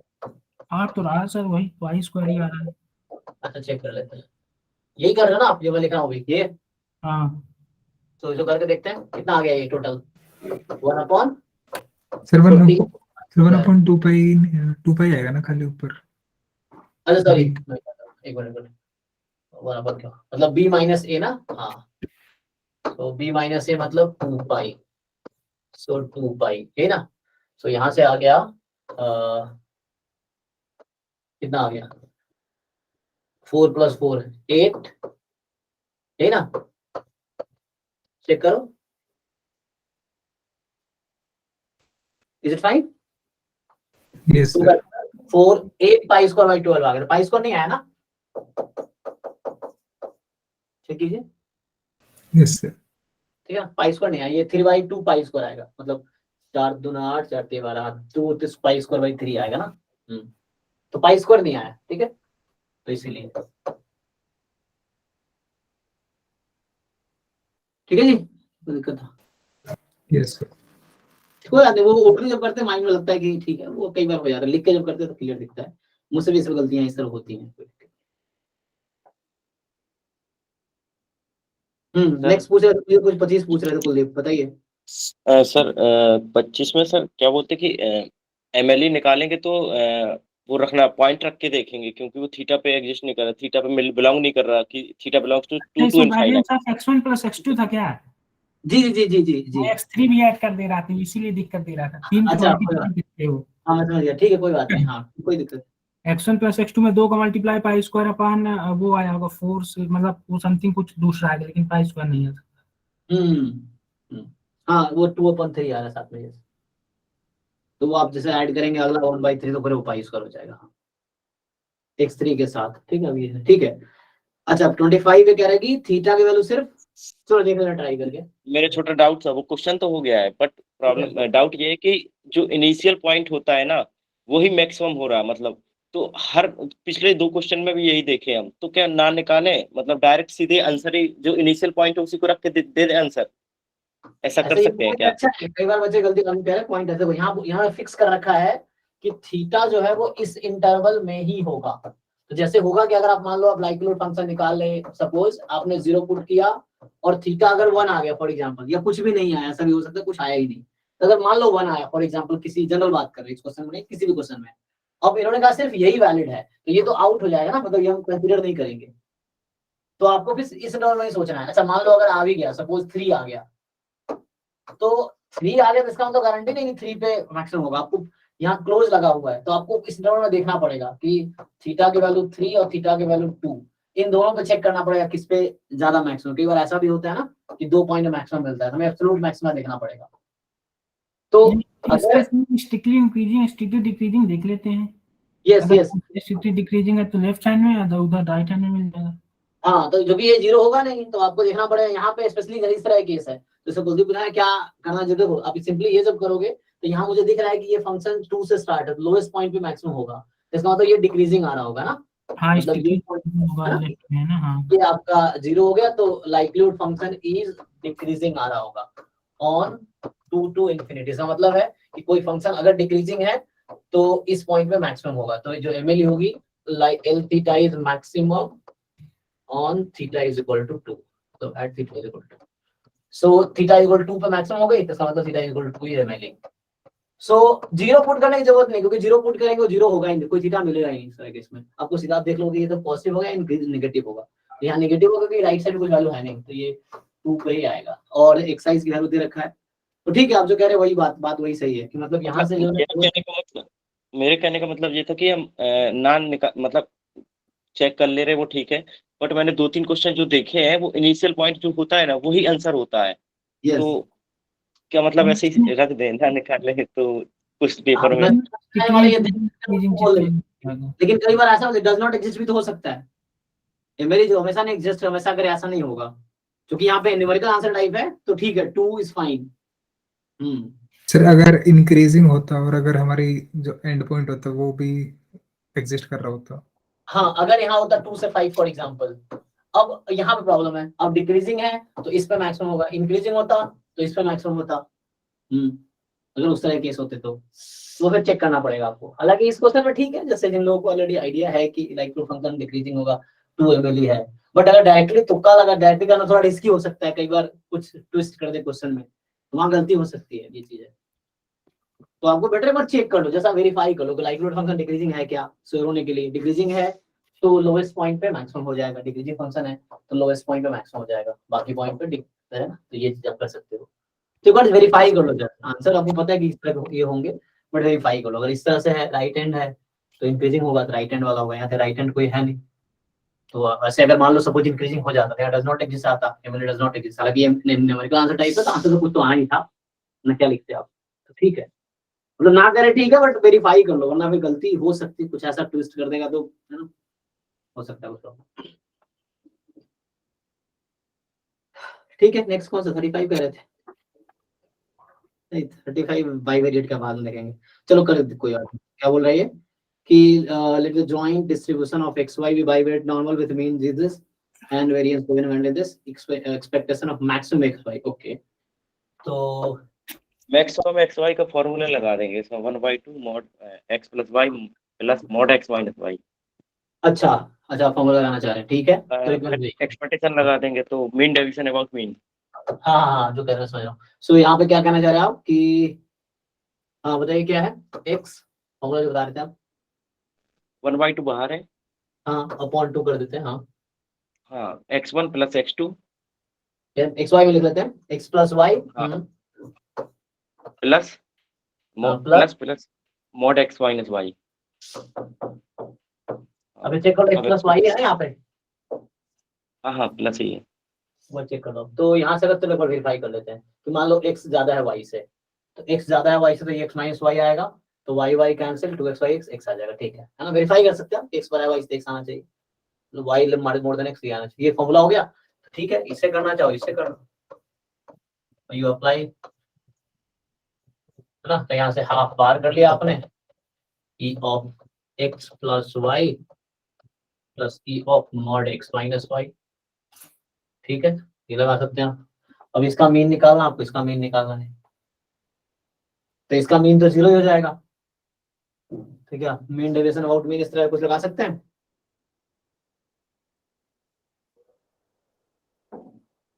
देखो लगा सकते हैं। ठीक है ना, दोस्तों कर लोगे आप लोग।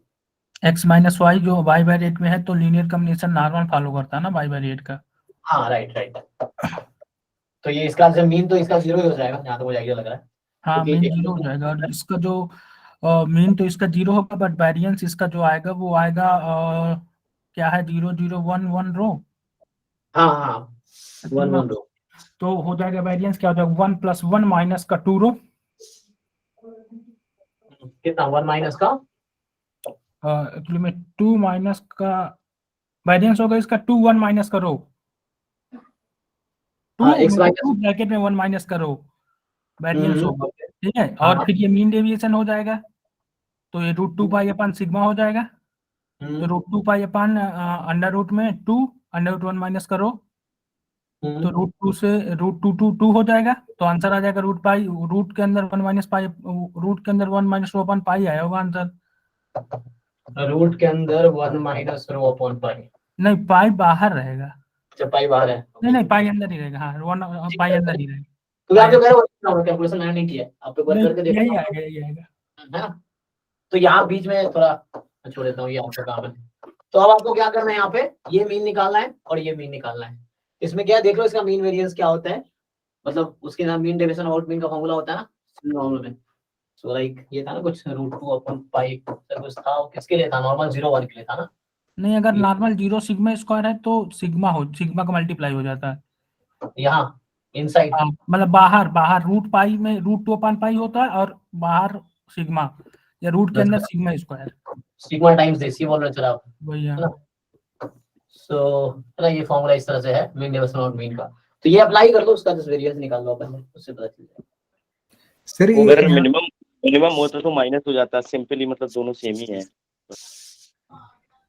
हाँ, अच्छा यहाँ मिनिमम होता तो यहाँ बीच में माइनस हो जाता, हम समझ गए आप जो कह रहे हैं। यहाँ ठीक है वहाँ ना। पे आंसर पे भी माइनस आ जाता नीचे पे। सर इस क्वेश्चन में तो x माइनस वाई गिवन है, और वैसे होता है फॉर्मूला x माइनस एक्स बार के लिए, तो कैसे लगाएंगे कहाँ पता है एक्सपेंस बार? सर? जो ये ऊपर वाला फॉर्मूला है सर, ये तो ये sir sigma into root 2 by pi वाला, ये तो सर नहीं, यहाँ x माइनस वाई को एक रैंडम वेरिएबल मानो, x minus y is a random variable, then x minus y follow normal 0 comma 2 1 minus rho, 2 bracket में 1 माइनस रो। अरे यहाँ से तो बता क्या करो, सिग्मा तो 1 है यहाँ पे, तो वो मतलब आप जानते हो ना वेरिएंस का फॉर्मूला इसका, आप यस ये करें या वेरिएंस निकाल रहे हो, तो वेरिएंस का फॉर्मूला क्या होता है, variance of x plus variance of y minus 2 time covariance x y, यही कह रहे हो ना आप? हाँ अभी हाँ लगा रहे थे, तो ये लगा लो, तो यहाँ से आपको ये वेरिएंस दिख गया। अब आपका ये नॉर्मल आ गया, तो वो फॉर्मूला लगा लो फिर उसके बाद। ठीक है सर। ये मीन डेविएशन आउट मीन का फॉर्मूला हो गया इस डिस्ट्रीब्यूशन के लिए, तो ये आप निकाल लो। और ये कहाँ से आया, तो ये इस फॉर्मूले से आया, मीन तो पता ही है आपको, तो ये है, तो मीन 0 हो गया क्योंकि x y उससे निकल जाएगा, तो उससे ये आ गया। ओके, नेक्स्ट बताइए।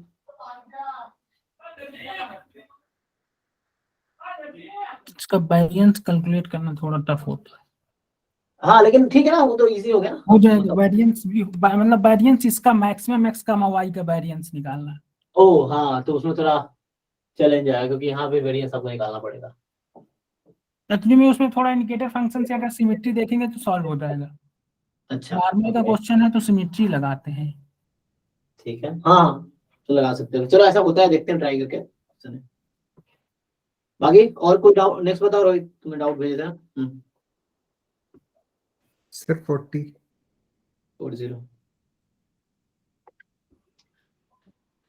जो कह रहा है,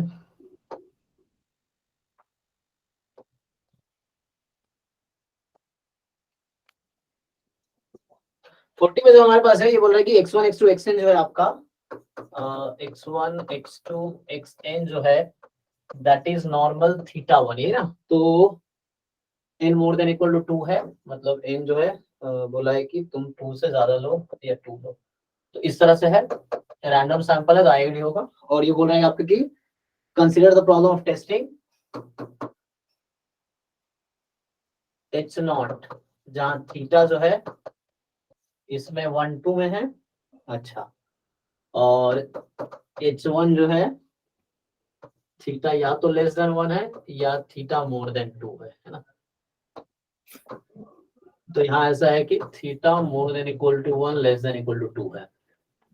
अब आपसे कह रहा है कि which of the following statement is true। Okay, तो पहला ऑप्शन ये था कि critical region of the level alpha है ना of uniformly most powerful test h0 against h1 is this. Okay, तो इसमें क्या करेंगे आप, प्रूव दैट टाइप का थ्योरेटिकल क्वेश्चन हो गया। फिर दूसरा ये था कि जो इसका क्रिटिकल रीजन है वो summation xi more than c और लेस देन d होगा। तीसरा है at any level alpha the uniformly most powerful test for h0 against h1 does not exist. At any level alpha the power of uniformly most powerful test against h1 is less than alpha. Okay. So actually आप देख पा रहे हैं कि ये simple है ना, composite है, कंपोजिट है ना, हेवी कंपोजिट है। सो एक पॉइंट पे है ना थीटा की वैल्यू पर्टिकुलर पॉइंट नहीं, यहाँ भी पर्टिकुलर पॉइंट नहीं है। तो कंपोजिट के लिए यूनिफॉर्मली मोस्ट पावरफुल टेस्ट है ना, सिंपल वर्सेस सिंपल के लिए मुझे पता है कि न्यूमैन पियर्सन लेमा होता है। कंपोजिट के लिए तो कैसे करेंगे इसको हम? देखो क्रिटिकल रीजन तो निकाल सकते हैं, but most powerful test check करने के लिए कंपोजिट के लिए एक्चुअली में हम लोग मोनोटोन लाइक्लीहुड रेशियो से लाइक्लीहुड रेशियो लेते हैं। इस केस में एग्जिस्ट नहीं करता यूएमपी। कोई अच्छी बुक मतलब लेमन सरफेस, लेमन की एक बुक आती है कैसला बर्गर या और सारी बुक है, उसके देखेगा तो मिल जाएगा रेफरेंस ये है। ओके, लेकिन हमें तो एंट्रेंस में प्रूफ नहीं करेंगे, हमें थोड़ा सा एक लॉजिक चाहिए जिससे हम है ना ऑप्शन चूज करें। एक्चुअली उसमें लॉजिक मतलब उसमें अगर प्रॉपर तरीके से पढ़ोगे तो शायद एग्जांपल भी दिया मिल जाएगा। मैं समझ रहा हूँ आप कह रहे हैं। कि ऐसा इसलिए प्रूफ इसका मुझे देखना पड़ेगा, अभी तो मैं किया नहीं हूँ, मैं आज भी नहीं कर पाया क्योंकि मैं दिल्ली में घूम रहा हूँ, लोगों से मिल रहा हूँ, तो ट्राई नहीं किया, बट करना पड़ेगा। तो अभी तत्काल के लिए अगर क्रिटिकल रीजन चाहिए तो हम वो निकाल सकते हैं, लाइक्लीहुड रेशियो टेस्ट है। अब वो मोनोटोन है ना, वो लाइक्लीहुड रेशियो है, वो चेक करना पड़ेगा। चलो इसको थोड़ा अभी होल्ड पे रखते हैं, इसको मैं ट्राई करता हूँ प्रूफ का, फिर मैं नेक्स्ट क्लास में कराता हूँ। या आगे है ना, अभी दोबारा होगा डाउट तो उसमें 40 है ना, तो लिख लेता हूँ।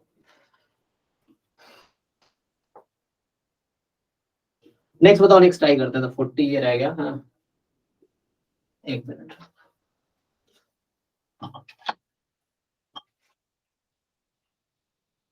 कोई नहीं, ठीक है। हाँ तो मेरा फोन होगा, फोन दीजिएगा,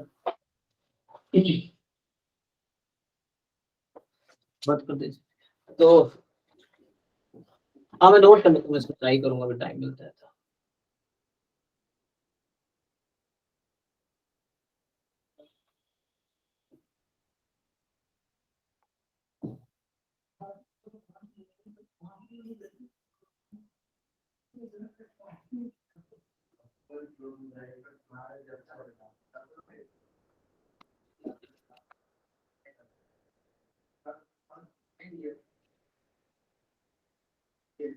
हाँ नेक्स्ट क्या है?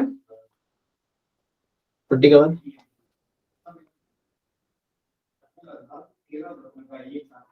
क्या था? 43 था। तो 50 to 54। अच्छा क्या था इसमें?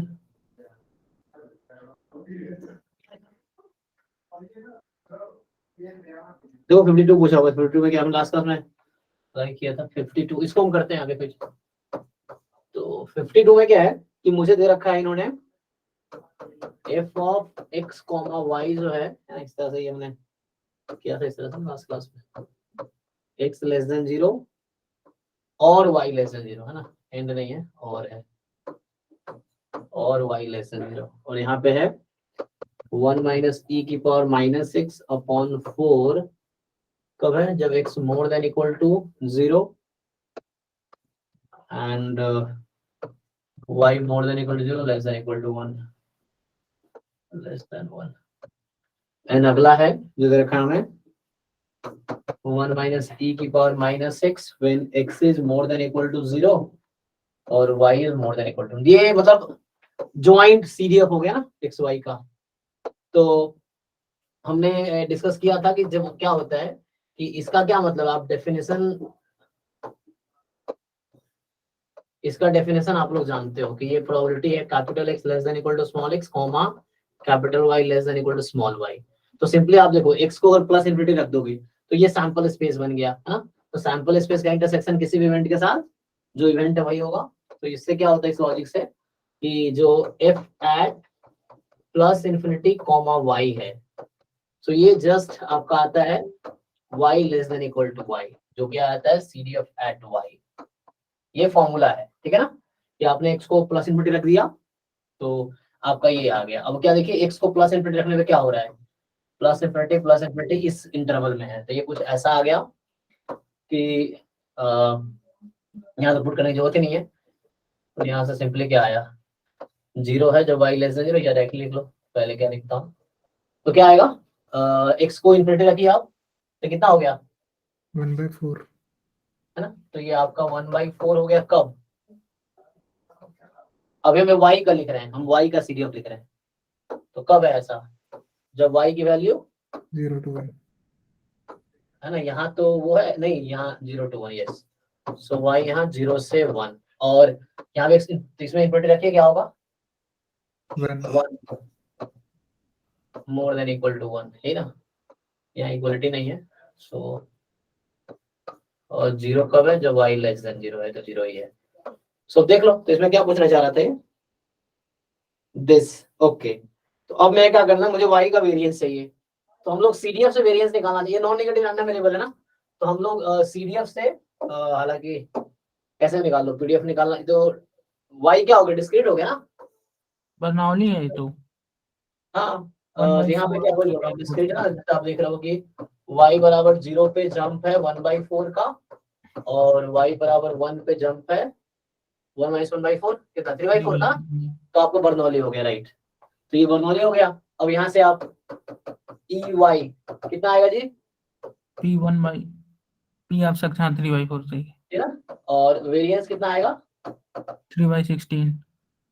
यहाँ पर 3/16, तो मैं इसकी जरूरत है एक्चुअली, इसको यहाँ पे ना, सिमिलरली, तो ये हमें वेरिएंस ऑफ y मिल गया, और इसी तरीके से चलो इधर लिखता हूँ मैं, तो तत्काल इसको मिटा दो। सो इसी में आगे क्या करते हैं, मुझे चाहिए fx ऑफ x, तो क्या करेंगे फिर से वही कि fx y को प्लस इन्फिनिटी, ये हो जाएगा ज्वाइंट जो है, तो इसमें y को प्लस इन्फिनिटी, तो y तो सिर्फ यहाँ पे है ना, तो y प्लस इन्फिनिटी यहाँ तो है नहीं, यहाँ रहेगा, तो यहाँ बस पुट करना आपको प्लस इन्फिनिटी, y सिर्फ यहाँ है प्लस इन्फिनिटी, तो बाकी एज इट इज रहेगा। सो क्या होगा 1 - e के पावर -x, है ना, तो यहाँ पे क्या है कि जस्ट आपको रखना है 1 - e की पावर -x कब, x ग्रेटर इक्वल 0, है ना, more than equal to 0, just y कहाँ प्लस इन्फिनिटी रखना, देखिए y प्लस इन्फिनिटी सिर्फ इस रेंज में यहाँ पे है, सो आपका आ जाएगा दिस, एंड ये 0 होगा ऑब्वियसली, अदरवाइज है ना लेस देन इक्वल टू 0 या लेस देन 0 में 0 है, ओके। तो ये कौन सा डिस्ट्रीब्यूशन हो गया आपका, एक्सपोनेंशियल, एक्सपोनेंशियल 1, यस यस, तो आपका यहाँ से आ गया x जो है एक्सपोनेंशियल 1 हो गया, तो इसका तो आप जानते हैं वेरिएंस कितना होगा 1, है ना, मीन भी 1 है, वेरिएंस भी 1 है, तो हमें ये पूछा था आपसे 16 टाइम, तो जो क्वेश्चन है पूछा गया हमसे कि 16 time variance x plus 32 time variance y, ये क्वेश्चन में पूछा गया है, तो 16 टाइम 1 और 32 टाइम, आपने बताया था 3/16, तो कैंसिल कर लीजिए, 22 आ गया। 6 आंसर की में चेक कर लेते हैं, तो ठीक है 52 का 22, ठीक है आंसर, और 54 भी पूछ रहे थे, देख लेते हैं 54 क्या है।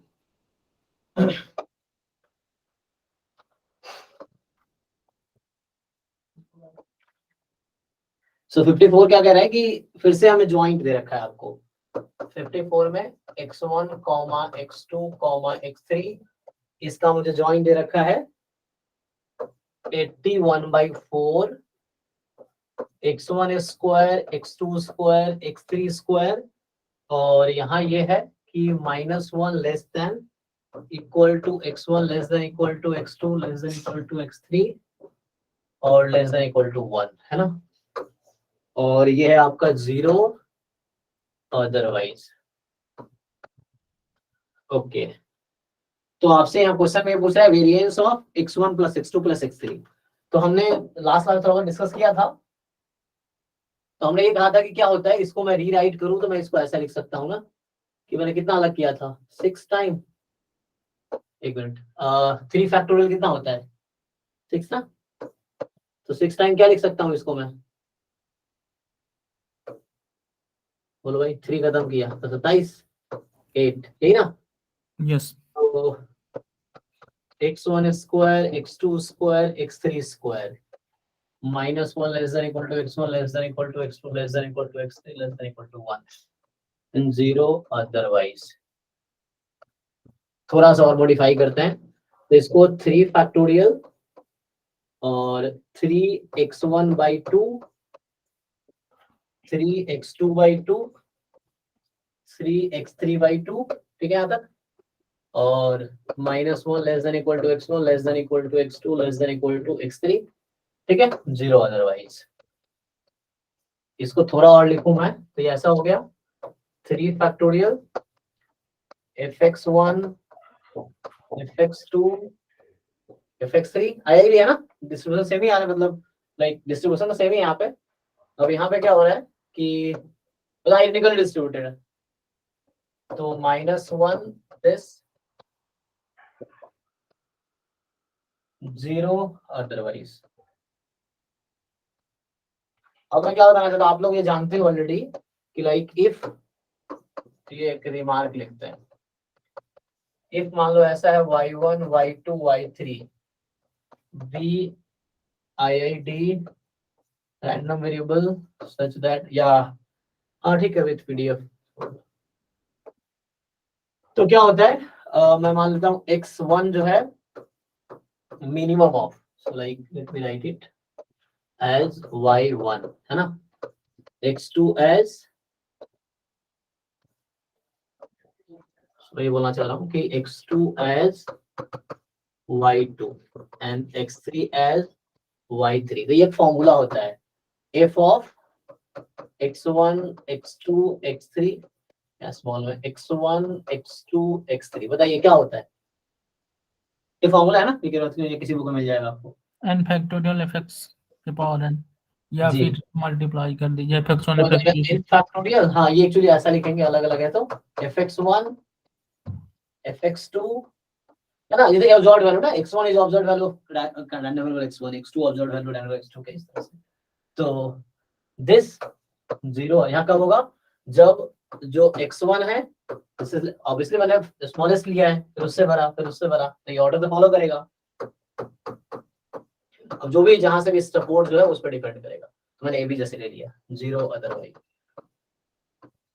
अब इससे कंपेयर कीजिए इसको, आप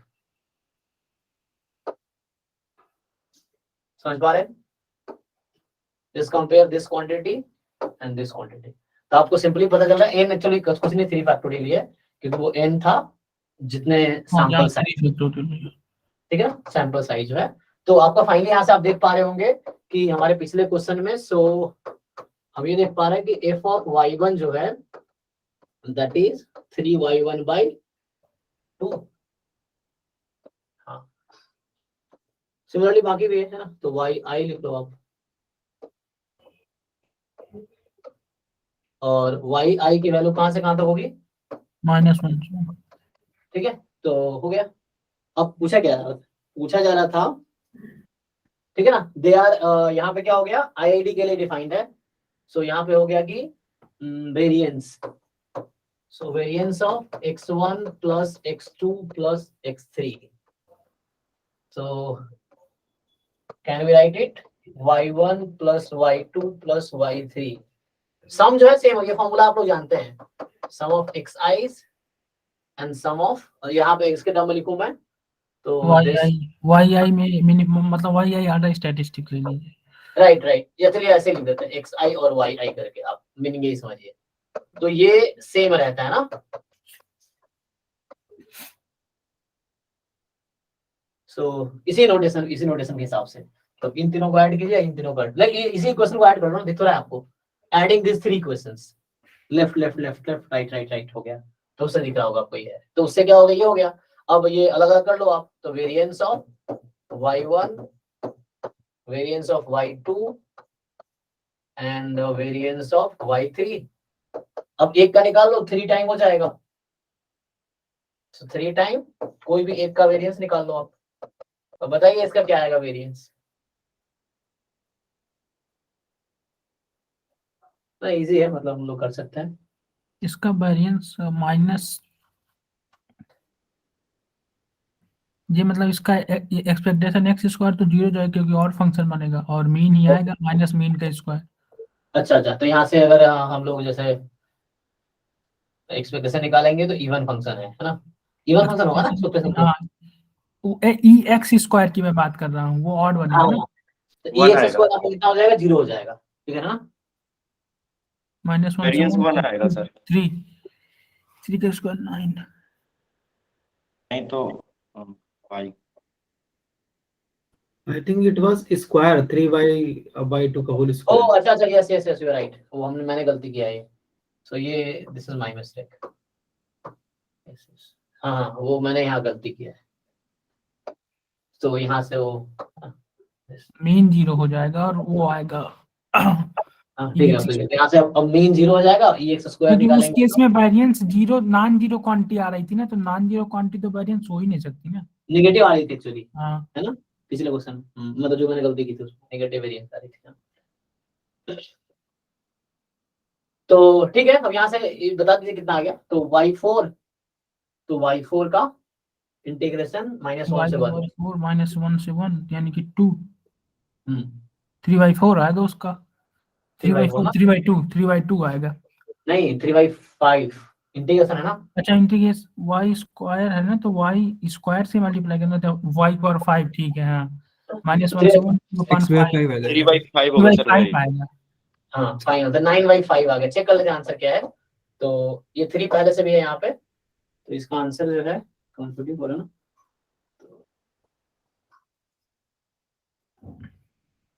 0.5 इसका नहीं 1.8 आंसर है, क्या 1.8 आ रहा है, 9/5 18/95, ठीक है ना, हाँ ठीक है ना, तो ये करेक्ट है, 9/5 आ गया, तो ये हो गया, ठीक है। तो इसमें एक क्वेश्चन में प्रॉब्लम हुआ है, तो उसका मैं चेक करता हूँ प्रोबेबिलिटी डिफरेंस पार्ट में, ठीक है। और कुछ पूछना आप लोग, तो नेक्स्ट क्लास में 21 का पेपर करते हैं, क्योंकि अभी थोड़ा बाहर में घूम रहा था, लेट हो गया, तो ठीक है, फिर भी आप लोग 21 का पेपर नेक्स्ट क्लास में डिस्कस करते हैं, परसों कल तो जाम की क्लास है, तो ठीक है, चलो आज के लिए thank you. Thank you sir. Thank you sir. Thank you so much.